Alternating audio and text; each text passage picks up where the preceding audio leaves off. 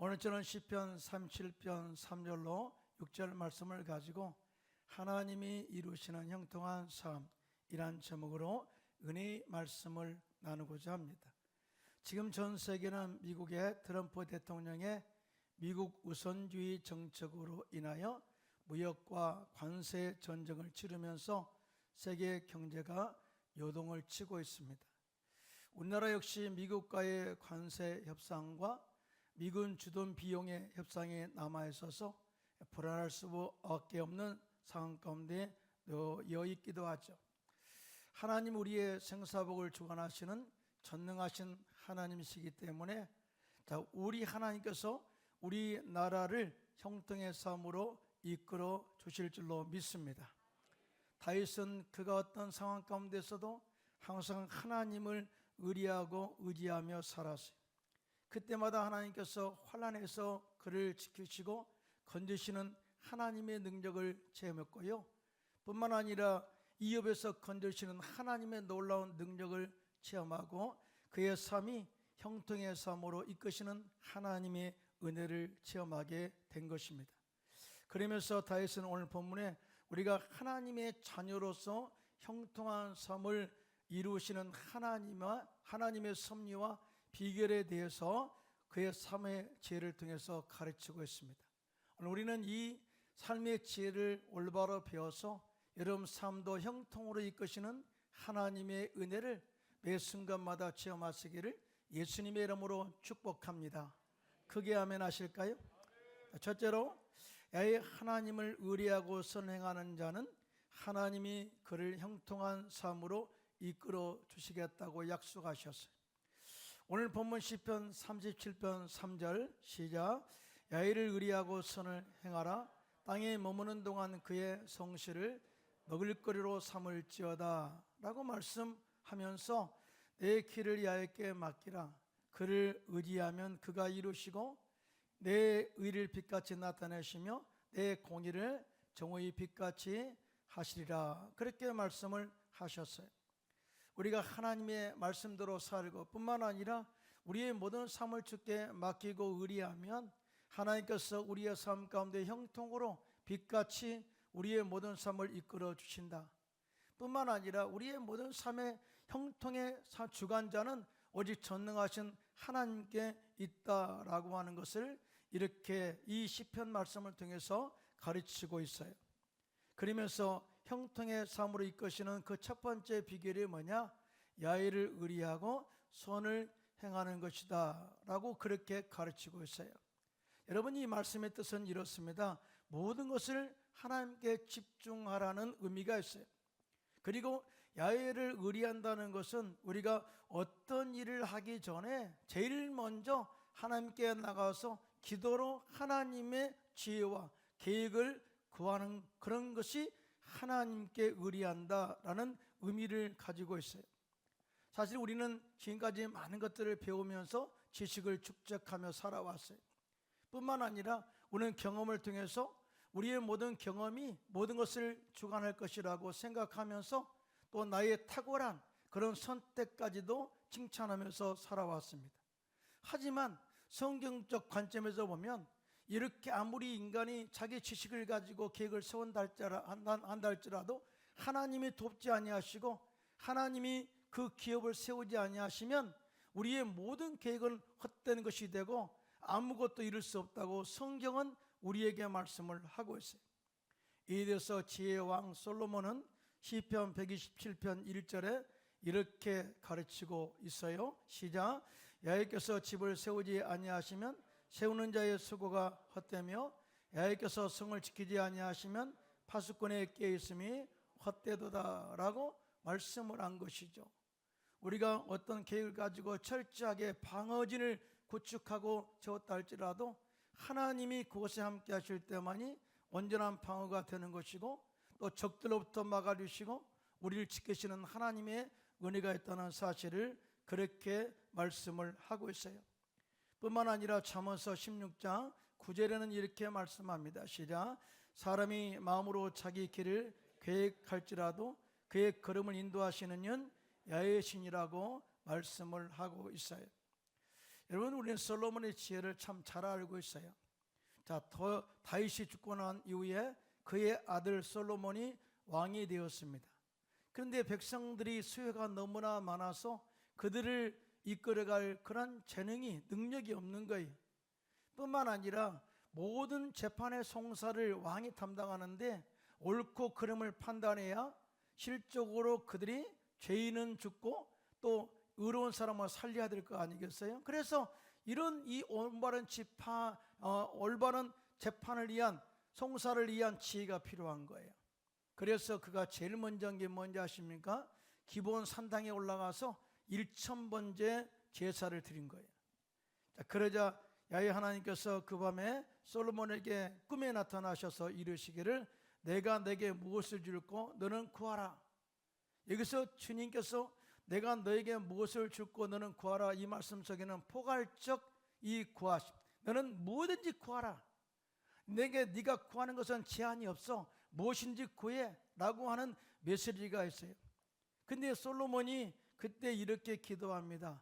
나의 하나님이여, 주께서 종으로 아버지 다윗을 대신하여 왕이 되게 하였사오나 종은 작은 아이라 출입할 줄도 알지 못하고 백성들의 수요가 너무나 많아서 셀 수가 없사오니 이제 주의 종에게 듣는 마음을 주사 주의 백성을 재판할 때 선악을 분별할 수 있게 해달라고 그렇게 기도했어요.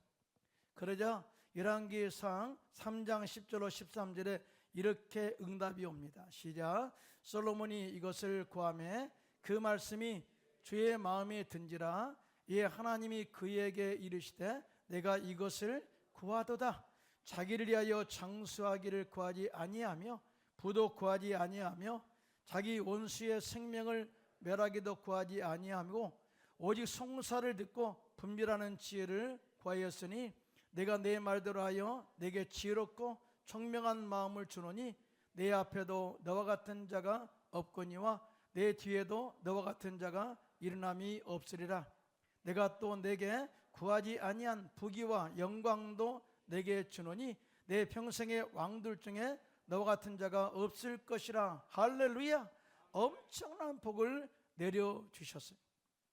이와 같이 솔로몬이 왕이 되었을 때 가장 먼저 기본 산당에 가서 1000번째 예배를 드리면서 하나님께 주여 이 백성을 이끌어갈 지혜를 달라고 그렇게 의뢰하였더니 하나님께서 이 솔로몬이 이러한 믿음의 행동을 좋게 여기시고 그에게 전무후무한 하나님의 지혜를 주셨을 뿐만 아니라 그가 구하지 않은 이 부귀영화 그 영광까지도 부어주셨다고 증언을 하고 있습니다. 이렇게 하나님의 지혜로 나라를 통치한 솔로몬은 모든 것이 순탄하게 흐르게 되었죠. 하지만 솔로몬은 말기에 하나님을 의뢰하지 아니하고 사람들을 의뢰하고 의지하기 시작합니다. 그래서 이 나라를 지킨다는 명목으로 다른 나라 공주들과 정략 결혼을 함으로써 우상들이 이스라엘 땅에 들어오게 된 것입니다. 결국 솔로몬은 하나님을 저버리고 하나님을 거역하고 세상을 의지하다가 말년에는 우상을 섬기는 죄로 인하여 그가 죽고 난 이후에 이스라엘은 남유다와 북이스라엘로 나누는 그런 역사, 치욕을 겪게 된 것이죠. 그래서 예레미야 선지자나 예레미야서 17장 5절로 8절에 이렇게 우리에게 권면하고 있어요. 함께 합독해요. 시작. 여호와께서 이와 같이 말씀하시니라. 무릇 사람을 믿으며 육신으로 그의 힘을 삼고 마음이 야에게서 떠난 그 사람은 저주를 받을 것이라. 그는 사막의 떨기나무 같아서 좋은 일이 오는 것을 보지 못하고 광야 간조한 곳 건강한 땅 사람이 살지 않는 땅에 살리라. 그러나 무릇 야훼를 의지하며 야훼를 의뢰하는 그 사람은 복을 받을 것이나 그는 물가에 심어진 나무가 그 뿌리를 강변에 뻗치고 더위가 올지라도 두려워하지 아니하며 그 입이 청청하며 가문해도 걱정이 없고 결실이 그치지 아니함 같으리라. 할렐루야. 그래서 다윗은 야훼를 의뢰하고 선을 행하는 것에 대하여 땅에 머무는 동안 매일 밥 먹듯이 성실하게 영원히 실천하라고 권면한 것입니다. 그리고 우리의 삶의 형통함으로 이끄시는 하나님의 은혜를 누리기 원한다면은 바로 하나님을 의리하면서 선을 행하는 것이다 라고 말씀을 하고 있어요. 여러분, 선을 행한다는 것은 우리의 마음 안에 하나님의 성품을 품고 사람을 살리는 일, 사람을 세워지는 일을 하는 것을 선을 행한다라고 정의를 해요. 근데 말이죠, 우리가 하나님의 은혜를 입은 자로서 하나님의 성품을 마음에 품고 하나님의 자녀로서 순수한 마음으로 선을 행하게 되면 마귀는 우는 사자와 같이 삼킬 자를 찾아 헤매면서 또 참수하면서 우리를 또 공격할 때가 있어요.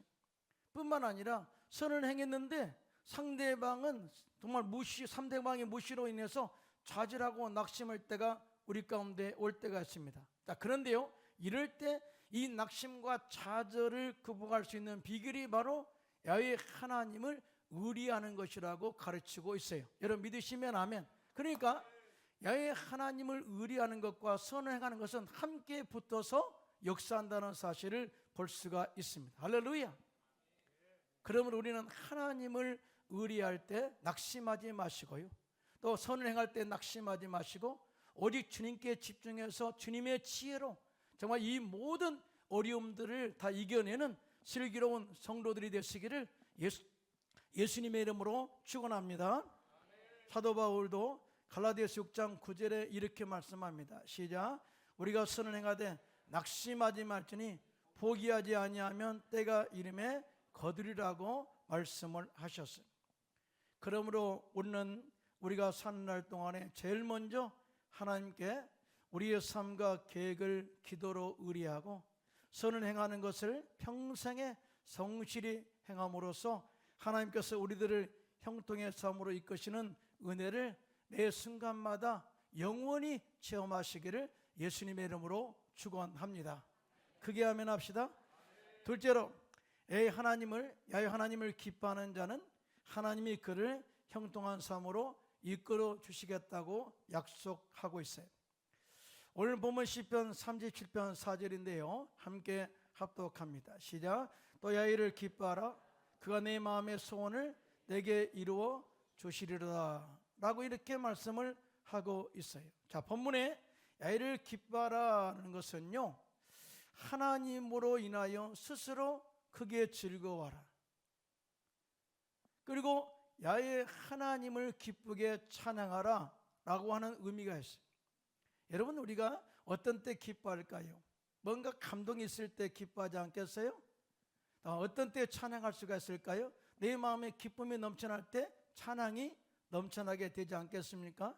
근데 이것의 가장 중요한 우리 기쁨과 찬양의 원천이 뭐냐면요, 하나님이 우리를 어둠 가운데서 불러내어 빛 가운데로 들어갔을 때에 이 구원의 은혜로 말미암아 기뻐하고 찬양이 넘쳐나게 된 줄로 믿습니다. 크게 아멘 하실까요? 그래서 시편 기자는 우리가 감사함으로 그 문에 들어가며 찬송함으로 그 궁전에 들어가서 그에게 찬송하며 그 이름을 송축할지어다 라고 그렇게 고백을 한 거예요. 뿐만 아니라 우리가 하나님을 기뻐하고 찬양한 이유가 두 번째 있어요. 하나님께서 성령을 보내주셔서 우리 안에 항상 함께 하시고 우리가 고난당할 때 우리를 지키시고 우리를 건져주시고 우리가 원수의 공격에서 우리를 막아주시고 우리를 구원하시는 하나님의 은혜를 매 순간마다 체험할 수 있게 하시니 그 하나님 보호하심으로 인하여 우리는 기뻐하고 찬양할 근거가 된다는 사실, 자, 믿으시면 손들고 아멘 하시기 바랍니다. 또 뿐만 아니라 오늘 본문에 이 다윗은 하나님을 기뻐하는 자에게 내려주시는 하나님의 은혜와 축복이 있는데요, 그가 품은 마음의 소원을 다 이루어 주신다라고 말씀을 하고 있어요. 믿으시면 아멘. 이런 말씀이 있잖아요. 너는 먼저 그 나라와 그 일을 구하라. 그리하면 이 모든 것을 너에게 더하시리라. 이 말씀은 우리는 하나님을 기쁘게 하고 하나님이 일을 하면 하나님은 우리의 모든 삶 가운데 채우시는 은혜를 다 허락하신다고 하신 메시지와 이렇게 함께 부합하는 거예요.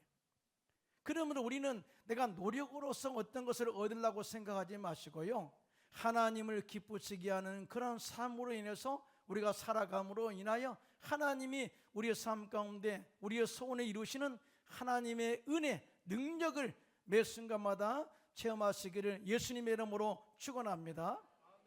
뿐만 아니라 하나님을 기뻐하라고 하는 또 다른 의미는요, 하나님을 기쁘시게 하는 삶을 살아야 된다라고 하는 의미도 이 속에 포함되어 있어요. 여러분, 하나님을 기쁘시게 하는 삶이 뭘까요? 성경에 보니까 하나님을 기쁘시게 하는 첫 번째 삶은 믿음으로 사는 것이다 라고 성경은 이렇게 말씀을 하고 있어요. 이에 대해서 히브리서 11장 6절에 함께 합독해요. 시작. 믿음이 없이는 하나님을 기쁘시게 하지 못하나니 하나님께 나아가는 자는 반드시 그가 계신 것과 또한 그가 자기를 찾는 자들에게 상 주시는 이심을 믿어야 할지니라. 여러분, 이 말씀 속에 어마어마한 하나님의 은혜가 풍겨져 있어요. 여러분, 우리가 하나님을 기쁘시게 하는 것이 뭐예요? 하나님을 기뻐하는 삶이 뭐예요? 정말 우리가 믿음으로 산다. 믿음으로 우리가 예수를 믿음으로 구원받게 되는, 뭘 믿어서? 예수님께서 십자가에서 마귀를 멸하시고 우리의 모든 죄를 다 사하셔서 용서받은 의인으로 만들어 주셨고, 우리의 삶 속에 가정하는 저주를 끊으시고 믿는 자 아브라함의 복을 받게 하시고, 믿으시면 아멘. 뿐만 아니라 제가 채찍의 맞음으로 우리의 모든 질병에 치료함 받아서 영육간에 강건하게 하시고 믿는 자 영생의 은혜를 주신 것을 우리가 그냥 믿어버렸어요. 근데 주님이 이 모든 은혜와 복을 우리 가운데 허락하셔서 영혼이 찰땐같이 범사가 찰때고 강건한 복을 받게 하셨습니다. 이렇게 살아갈 때 하나님이 기뻐하신다는 거죠. 믿으시면 아멘.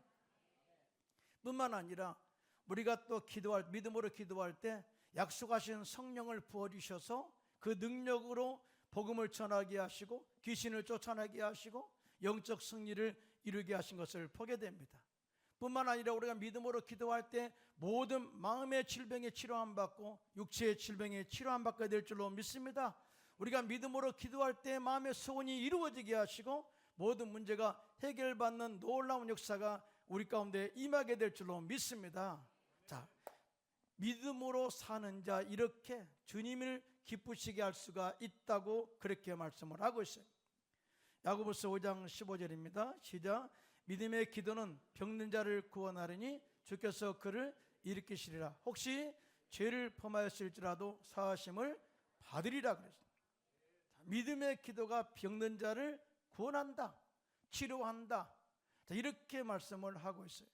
그러므로 우리는 어찌하든지 믿음으로 구원받은 사람으로서 믿음으로 기도하고 믿음으로 기적을 체험하고 믿음으로 삶으로 말미암아 하나님을 기쁘시게 하는 저와 여러분 되시기를 예수님의 이름으로 축원합니다. 뿐만 아니라 하나님을 기쁘시게 하는 삶은 옛사람의 육신의 생각을 죽이고 예수님 안에서 새 사람을 입고 그 안에 성령으로 충만하여 모든 삶에서 착함과 의로움과 진실함으로 빛의 열매를 맺는 삶이라고 성경은 가르치고 있습니다. 로마서 8장 6절로 8절입니다. 시작. 육신의 생각은 사망이요 영의 생각은 생명과 평안이니라. 육신의 생각은 하나님과 원수가 되나니 이는 하나님의 법에 굴복하지 아니할 뿐 아니라 할 수도 없습니다. 육신에 있는 자들은 하나님을 기쁘시게 할 수 없느니라. 누구에게 하신 말씀이에요? 믿는 자들에게.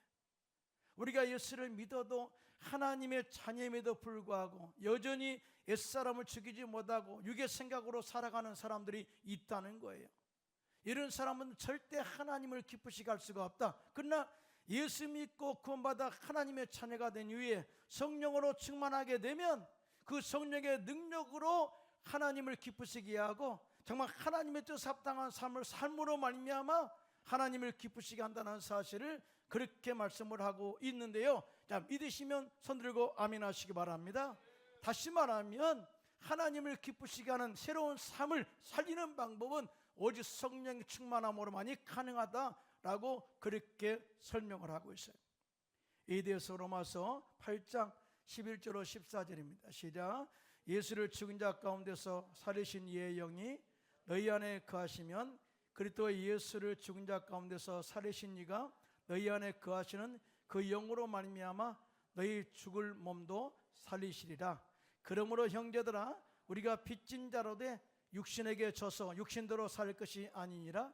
너희가 육신대로 살면 반드시 죽을 것이로되 영으로서 몸의 행실을 죽이면 살리니 무릇 하나님의 영으로 인도함 받은 사람은 곧 하나님의 아들이다 라고 말씀을 하고 있어요. 그러므로 우리는 어찌하든지 성령으로 충만해야 돼요. 여러분 믿으시면 아멘. 옆 사람과 인사합시다. 우리 성령으로 충만합시다. 이거는 액세서리가 아닙니다. 액세서리가 아니에요. 이 성령 충만한 능력 그 자체예요. 믿으시면 아멘. 그러잖아요. 바로 예수님을 살리신 분이 성령이라고 하잖아요. 또 성령을 보내신 분도 바로 하나님이시고요. 그 우리 안에 성령의 능력으로서 새 사람을 새롭게 하고 주님을 기쁘시게 하는 그런 삶을 살게 한다는 사실을 분명히 말씀을 하고 있어요. 그러므로 우리는 어찌하든지 우리의 옛사람을 죽이고 성령의 능력으로 새 사람을 입어 하나님을 기쁘시게 하는 그런 삶을 날마다 살게 되시기를 예수님의 이름으로 축원합니다. 그리고 다윗은요, 본문에 하나님을 기쁘시게 하면 우리의 소원이 이루어지는 통로가 되게 하시겠다고 말씀을 하고 있어요. 정말 우리가 이 하나님을 기쁘시게 하면은 우리의 모든 소원이 이루어진대요. 뿐만 아니라 사도 바울은 하나님을 기쁘시게 하는 것은 장차 하늘나라의 상급을 기대하게 하는 통로가 된다고 그렇게 말씀을 하고 있어요. 여러분, 우리가 이 구원받는 것은요, 우리의 행위를 요구하지 않아요. 우리가 구원받는 것은 오직 십자가에서 죽으시고 부활하신 예수님을 믿음으로 말미암아 구원받아요. 여러분 믿으시면 아멘.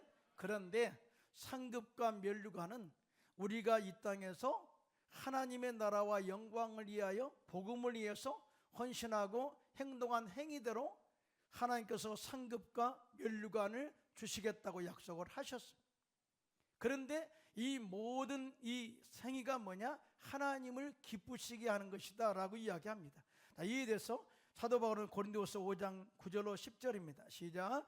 그런즉 우리는 몸으로 있든지 떠나 있든지 주를 기쁘시게 하는 자가 되기를 힘쓰노라.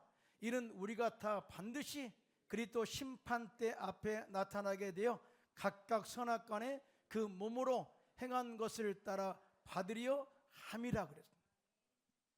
그러므로 우리들은 사람의 말로 인해서 절대 시험 들지 말고요, 마귀의 참소로 인하여 봉사를 그만두지 말고요, 나의 생각과 나의 입술과 나의 말과 나의 모든 행동이 하나님을 기쁘시게 하여 우리의 소원을 이루어 또 주님 앞에 선 날 상급을 기대하며 사는 저와 여러분 되시기를 예수님의 이름으로 축복합니다.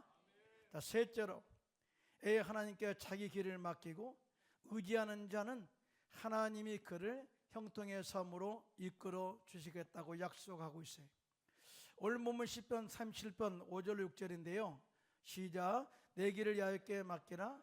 그를 의지하면 그가 이루시고 내 일을 빛같이 나타내시며 내 공의를 정오의 빛같이 하시리로다 라고 말씀을 하고 있어요.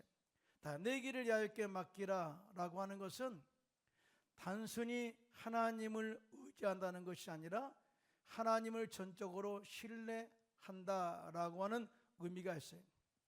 뿐만 아니라 하나님은 좋으신 하나님으로서 우리를 복된 길로 인도하심을 믿고 우리의 모든 삶을 적극적으로 하나님께 의탁하라라는 의미가 있어요. 이 말은 다른 의미에서 전적으로 몸을 던져버려라 그런 의미가 있거든요. 사실은 우리가 자녀 손주를 키워보면은 손주들, 특히 아들 손주, 이게 손녀는 좀 착해, 그죠? 근데 손주는요 천방지축이죠, 그죠? 2살 정도 되면, 걸어다닐 정도 되면, 저렇게 뛰어내릴 정도 되면 막 침대에서 막 뛰고, 그 다음에 소파에서 막 뛰고 막 그러죠. 그러면서 뚝뚝 밑에 또 이렇게 뛰어내리기도 하고. 그때 이제 아빠가 기특해서 자, 한번 뛰어내려봐라. 그러면은 거침없이 아빠에게 뛰어듭니다. 다칠 줄 알고 뛰어내렸을까요? 아니요. 아빠가 나를 받아줄 것을 믿기 때문에 거침없이 뛰는 거예요. 다 이거 똑같은 거예요. 우리 하나님이 우리를 받아주시고 좋은 길로 인도하시고 형통으로 인도하신 것을 믿는다면 우리의 삶을 다 뛰어내려 맡길 수 있는 믿음이 생기게 될 줄로 믿습니다. 자, 그래서 지혜왕 솔로몬은 잠언서 16장 3절에 이렇게 말씀합니다. 시작. 내 행사를 야훼께 맡기나 그리하면 내가 경영하는 것이 이루어지리라. 그렇게 말씀을 하고 있어요. 자, 그럼에도 불구하고 사람들은 보이지 않는 하나님을 믿기보다는 이 눈에 보이는 사람, 즉 왕이나 지도자나 또한 눈에 보이지 않지만 우상을 의지하며 섬기는 경우가 참 많이 있는 것을 성경을 통해서 볼 수가 있어요. 하나님께서 이스라엘 백성들을 택하였습니다. 이것을 그래서 선택한 민족, 선민이라고 그래요. 자, 선민 정도 되면 전적으로 하나님의 통치와 다스림을 믿고 나가야 되지 않겠습니까? 자, 그래서 그들은 그의 왕은 하나님 한 분이야. 하나님은 만왕의 왕이시고 만주의 주가 되시고 생사볼 주관하시는 전능하신 하나님이니까 오직 주의 말씀대로 살면 돼. 그래서 선지자를 세운 거예요. 그래서 선지자는 하나님의 대언자라고 해서 기도해서 받은 그 말씀들을 백성들에게 전하면 백성들은 그 말씀에 순종할 때 하나님이 그들을 복주시고 적들로부터 막아주시고 또 그들을 보호하시는 은혜 가운데서 행복하게 형통한 삶을 살게 되었어요. 그런데 어느 날 이스라엘 백성들이 주변을 보니까 주변 나라는 왕이 있는 거예요. 왕이. 그리고 눈에 보니까 이 군사가 조직적으로 이렇게 세워져 가지고 훈련을 받고 그 다음에 무기를 착용하고 그렇게 이 나라를 칠 때마다 그의 위엄과 능력이 너무나 멋져 보이는 거예요. 그래서 이스라엘 백성들도 우리도 눈에 보이는 왕을 세워주십시오라고 하나님께 요구합니다. 우리도 왕이 필요해요. 자, 그러자 하나님께서 이렇게 선지자를 통해서 말씀하십니다. 너희가 왕을 세우게 되면 너희 아들들이 군인으로 징집될 것이고 너희 딸들은 그를 섬기는 종으로 불려가게 될 것인데 그래도 좋냐? 이렇게 물어요. 그러니까 그들이 그래도 좋아요. 그렇게 대답한 거예요. 그러니까 눈에 보이는 왕이 눈에 들어오게 되면요 하나님의 지시의 말씀과 통치가 들어오지 않아요. 그래서 하나님 허락하에 그들이 제비를 뽑아 세운 일대 왕이 바로 그 유명한 사울 왕이죠. 사울 왕이 처음에는 열심으로 하나님을 의지하고 또 의리하고 그래서 나가 싸울 때마다 하나님께서 적들로 그 땅을 이스라엘 지켜줬어요. 그런데 말년에 말이죠 철저하게 하나님을 배반합니다. 하나님을 의지하지 않고 의리하지 않고 그렇게 감으로 말미암아 결국은 블레셋과의 전투에서 비참하게 죽음으로 실패한 왕으로 그렇게 세워지게 되었어요. 그 이후에 다윗 왕은 하나님을 전적으로 의지함으로써 하나님의 지키심과 형통의 은혜를 누리는 왕으로서 그 가문의 메시아 즉 예수가 탄생되게 되는 은혜를 체험한 가문이 되었습니다. 자, 3대째. 자, 그러면 이제 그 은혜가 계속 가문에 흘러가야 되지 않아요? 그런데 3대째 솔로몬 왕이 하나님의 어마무시한 지혜를 받은 왕 아니겠어요? 자, 처음에는 차를 의지했습니다. 근데 말년에 그가 사람을 의지해요. 주변 나라를 의지해요. 그래서 정략결을 함으로 말미암아 우상이 들어오게 되고 결국은 그 죄로 말미암아 정말 그가 죽은 후에 이 이스라엘이 두 나라로 나뉘게 되었어요. 남유다와 북이스라엘. 한번 역사를 보면은요 남유다의 왕의 흐름, 북이스라엘의 왕의 흐름을 보면요 정말 선한 왕이 나타났을 때는 하나님을 의지하고 또 악한 왕이 나타났을 때는 또 하나님을 거역하고 이런 이 엄청난 삶의 흐름 속에서 흥망성쇠가 계속해서 교차되고 있는 것을 보게 되죠. 혼란스러운 거예요. 결국은 우리 인간이 이끄는 통치는요 안전할 수가 없다는 거예요. 그래서 시편 기자는 시편 146편 3절 4절에 이렇게 권면하고 있습니다. 시작. 귀인들을 의지하지 말며 도울 힘이 없는 인생도 의지하지 말지니 그의 호흡이 끊어지면 흙으로 돌아가서 그날에 그의 생각이 소멸하리로다 라고 말씀을 하고 있어요. 이것이 바로 인간의 한계예요. 인간을 의지하면 안 되는 이유가 바로 그들의 생명이 끊어지면 모든 부도 끊어지고 권수도 끊어지고 모든 것이 헛되기 때문에 절대 인간을 의지하면 안 된다. 한마디로 말하면 그들은 그의 힘으로 우리의 삶을 책임질 수가 없다, 그 말이. 자, 이에 대해서 이사야 선지자는 이사야서 2장 24절에 이렇게 말씀합니다. 시작. 너희는 인생을 의지하지 말라. 그의 호흡은 코에 있나니 제 말 가치가 어디 있느냐고 그렇게 반문하고 있지 않습니까? 그러나 우리가 야훼 하나님을 의지하는 이유는요, 하나님은 흔들리지 않는 영원한 우리의 반석이 되기 때문에 그렇습니다. 우리의 삶의 기준이다, 그 말이. 우리의 삶의 중심이다, 그 말이. 세상은 흔들리다 할지라도 하나님은 절대 흔들리지 아니한다. 우리가 심지어 하나님을 거역하고 배반한다 할지라도 우리를 향하신 하나님의 사랑은 여전히 공유하시고 정말 우리를 기다리고 있다는 사실 믿으시면 아멘 하시기 바랍니다. 또한 예수님 하나님은요, 우리에게 생명의 주관자예요. 하나님께 나간 자는 생명을 얻게 되고 복을 얻게 될 줄로 믿습니다. 그렇기 때문에 우리가 하나님을 우리가 의지하는 이유가 바로 여기에 있어요. 시편 기자는 시편 125편 1절 2절에 이렇게 말씀합니다. 시작. 야훼를 의지하는 자는 시온산이 흔들리지 아니하고 영원히 있음 같도다. 산들이 예루살렘을 두는 것 같이 야훼께서 그의 백성을 지금부터 영원까지 두루시리로다. 한마디로 하나님은 흔들리지 않는 하나님이시고 하나님이 우리를 두루 진쳐서 우리를 감싸주시고 지키시는 하나님이시다라고 그렇게 결론을 내고 있는 거예요. 지금 세계는 강대국의 지도자들의 행포로 인하여 전쟁이 치러지고 있고요, 자국 경제 보호를 위하여 각 나라 간에 협정한 상호 경제 보호 조약마저도 한순간에 파괴되어 가고 있습니다. 이럴 때 누구를 의지할 수 있겠습니까? 미국입니까? 중국입니까? 소련입니까? 일본입니까? 누굽니까?